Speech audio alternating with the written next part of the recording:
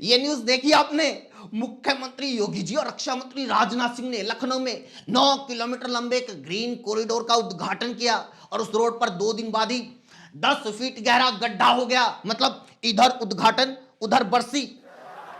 उद्घाटन समारोह के टाइम नेताओं को पहनाने के लिए जो फूल मालाएं लाई गई थी, उनके फूल सूखे भी नहीं थे, इसलिए वो सब रोड की मैयत पे चढ़ाने के काम आए।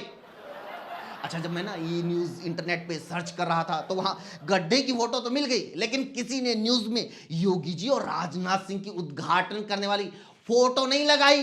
भाई इसको कहते हैं डर। पता चले इधर किसी ने योगी जी की फोटो लगाई और उधर पुलिस ने फेक न्यूज के आरोप में उसे गिरफ्तार कर लिया।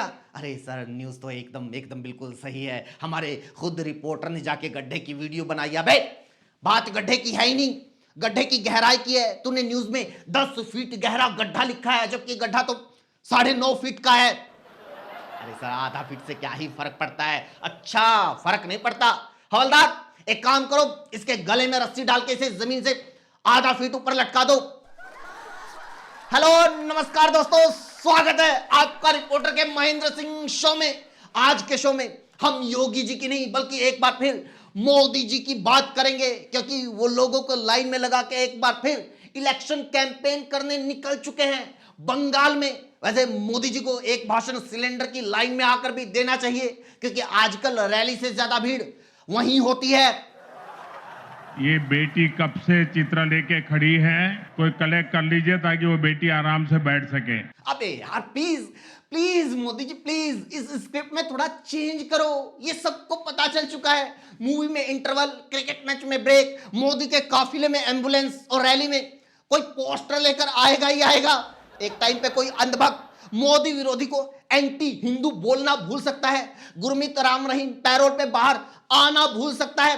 संडे के बाद मंडे आना भूल सकता है। यहां तक कि सूर्यवंशम में कोई ठाकुर भानु प्रताप की खीर में जहर मिलाना भूल सकता है। लेकिन आपकी रैली में कोई रैंडम लड़की या लड़का चित्र लाना नहीं भूल सकता। कोई कलेक्ट कर लीजिए ताकि वो बेटी आराम से बैठ सके। जरा एसपीजी के लोग ये कलेक्ट कर लीजिए। धन्यवाद बेटा, बहुत बढ़िया चित्र बनाया आपने। लो ढूंढ लो, यही होता है जब लाइव प्रोग्राम में डायरेक्टर का कैमरामैन के साथ और कैमरामैन का आर्टिस्ट के साथ कोऑर्डिनेशन नहीं होता। कैमरामैन को वो चित्र वाली लड़की मिल ही नहीं रही, बेचारा यहां वहां ढूंढ रहा है अच्छे दिनों की तरह।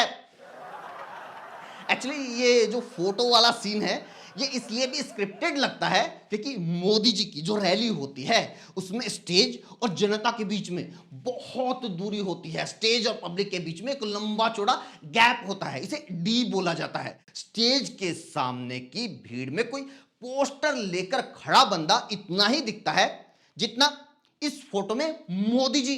जी हां, हैं इसमें मोदी जी हैं। ये जूम रोको, ये रहे मोदी जी। चप्पल उतार के दर्शन कर लो। ये हिमाचल प्रदेश की एक रैली का फोटो है।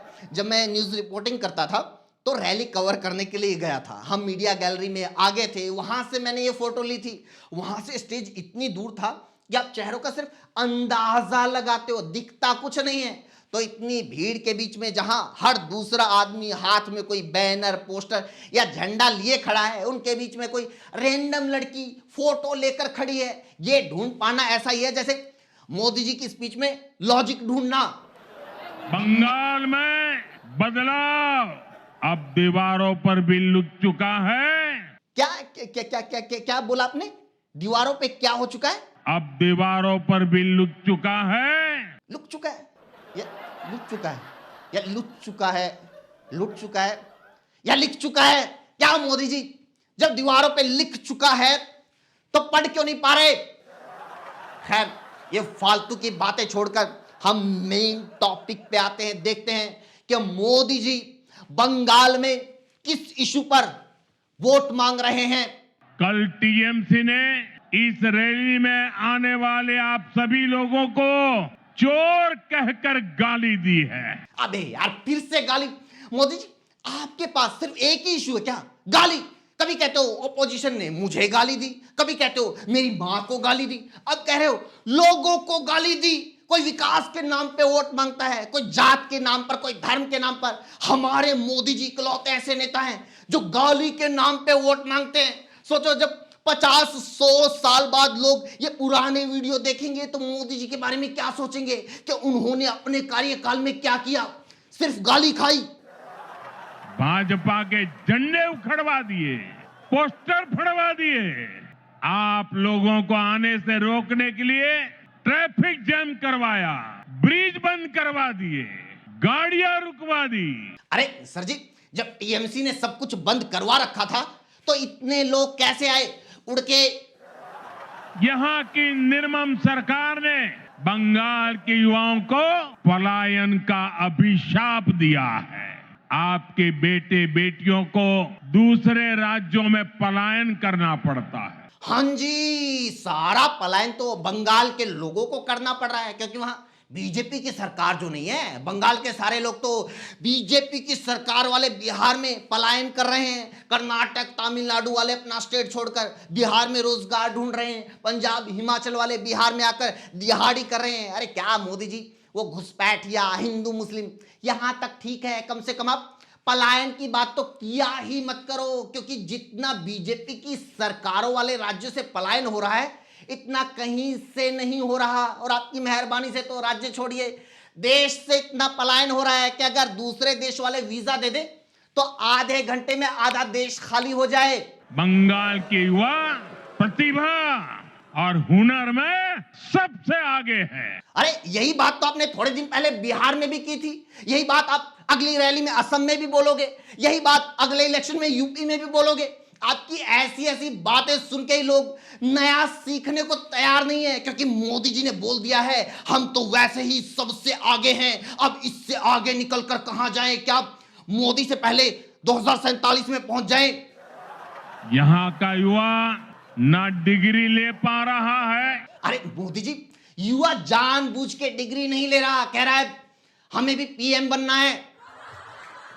देश भर में पीएम आवास योजना की सफलता के बारे में सुना है। दुनिया के लोग भी जब सुनते हैं ना, अचरज करते हैं। हाँ जी, हाँ जी, हाँ जी, हाँ जी, एकदम अचरज करते हैं। दुनिया के सारे लोगों की आंखें अचरज के मारे फटी पड़ी है। मोनाको के टूर ओरिएंट टावर, न्यूयॉर्क के सेंट्रल पार्क टावर, लंदन के नाइट्स ब्रिज, सिंगापुर के ऑर्चर्ड रोड, ज्यूरिक के गोल्ड कोस्ट, जिनेवा के लेक फ्रंट, लॉस एंजलिस के बेल एयर में रहने वाले लोग सारा दिन बैल्कनी में बैठ के अचरज करते रहते हैं। अरे यार, गलत जगह फ्लैट ले लिया, इससे अच्छा घर तो मोदी जी पीएम आवास योजना में दे रहे हैं।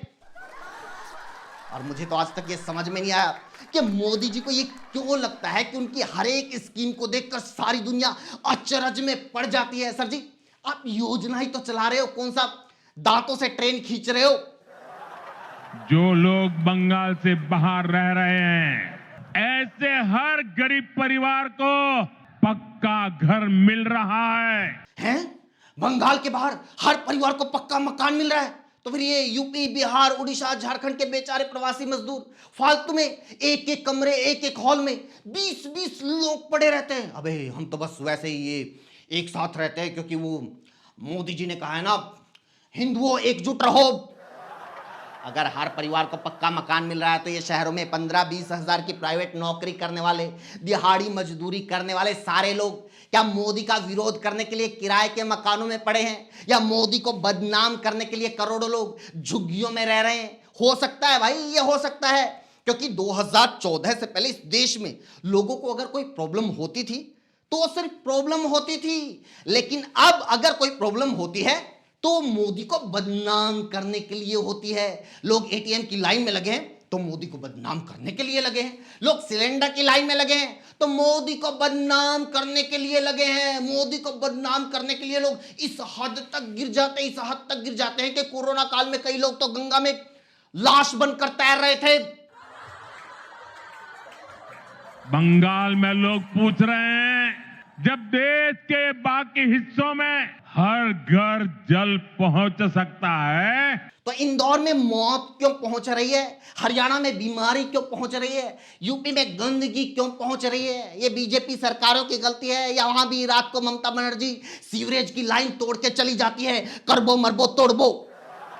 टीएमसी जाएगी तो हर गरीब को पक्का घर मिलेगा। टीएमसी जाएगी तो हर घर साफ जल पहुंचेगा। टीएमसी जाएगी तो हर गरीब को मुफ्त इलाज मिलेगा। टीएमसी जाएगी तो कारीगरों को नए अवसर मिलेंगे। मतलब टीएमसी जाएगी तो ही ये सब होगा। भाई अब समझ में आया बाकी राज्यों में मोदी जी विकास क्यों नहीं कर रहे, क्योंकि वहां टीएमसी तो आई ही नहीं, और जब आई नहीं तो जाएगी कैसे, और मोदी जी के विकास की क्रांति आएगी कैसे।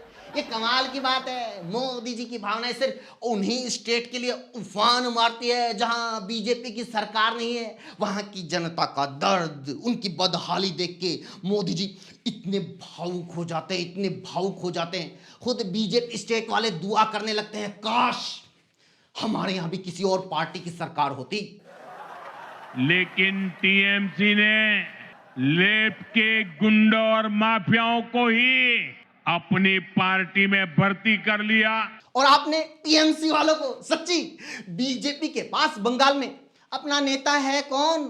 सीएम पद के दावेदार शुभेंदु अधिकारी, और वंशवाद का खात्मा करने के लिए उनके भाई दिवेंदु अधिकारी, पूर्व मंत्री राजीव बनर्जी, पूर्व विधायक बनाश्री मैती, शिलभद्र दत्ता, विश्वजीत कुंडू, सैकेत पांजा, सुकड़ा मुंडा, सुनील मंडल, जाने कितने ही ऐसे नाम हैं जो टीएमसी से बीजेपी में आए हैं। बाकी छोड़ो, आपके अपने किंग कोबरा मिथुन, ये भी तो टीएमसी से बीजेपी में आए हैं। जो आदमी फिल्मों में कभी अपनी बहन की इज्जत नहीं बचा पाया, वो बंगाल में हिंदुओं को बचाने निकला है। आज बंगाल में अपराधियों को खुली छूट है। आए दिन बहन बेटियों के खिलाफ दिल दहलाने वाले अपराध होते हैं। लेकिन मोदी जी, खुद आपकी केंद्र सरकार द्वारा जारी एनसीआरबी के आंकड़े तो कहते हैं कि महिलाओं के खिलाफ क्राइम में टॉप 3 स्टेट यूपी, महाराष्ट्र और राजस्थान है। तीनों में बीजेपी की सरकार है। रेप केसेस में राजस्थान, यूपी और एमपी टॉप पर है। तीनों में बीजेपी की सरकार है। मर्डर केसेस में यूपी, बिहार और महाराष्ट्र टॉप पे है। तीनों में बीजेपी की सरकार है। तो फिर क्राइम रोकने का ऐसा कौन सा फार्मूला आपके पास है जो सिर्फ बंगाल में ही लागू करना है? ये बंगाल में खौफ का कैसा माहौल बनाकर रखना चाहते हैं? सरकार की नीतियों के आलोचकों को धमकी, मीडिया को धमकी, विपक्ष को धमकी। अरे टीएमसी वालों, आलोचकों को धमकी, मीडिया वालों को धमकी, विपक्ष को धमकी, ये क्या है? अगर तुम लोग ये सब करोगे तो बीजेपी क्या करेगी? मस्त इलेक्शन होता है यार, पश्चिम बंगाल का मस्त इलेक्शन होता है। मजा आता है जब मोदी जी और ममता बनर्जी का मुकाबला होता है। अगर पॉलिसीज और एटीट्यूड की बात करें तो कई लोगों को लगता है कि दोनों एक ही जैसे हैं। कई बार वो मोटिवेशनल स्पीकर्स बोलते हैं ना कि हमें अगर लाइफ में आगे बढ़ना है तो दूसरों से नहीं, खुद से लड़ना चाहिए। इसलिए मोदी जी बंगाल आते रहते हैं।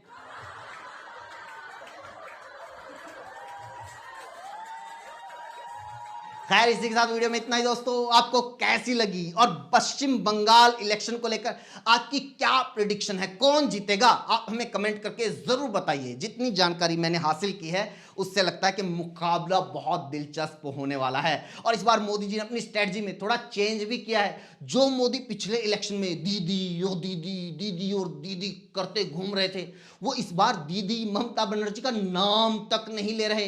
वो या तो टीएमसी बोल रहे या निर्मम सरकार बोल रहे हैं। फिलहाल आप वीडियो को लाइक कीजिए, शेयर कीजिए और लोगों तक पहुंचाइए। जुड़ने के लिए चैनल को जरूर सब्सक्राइब कीजिए। Thank you so much.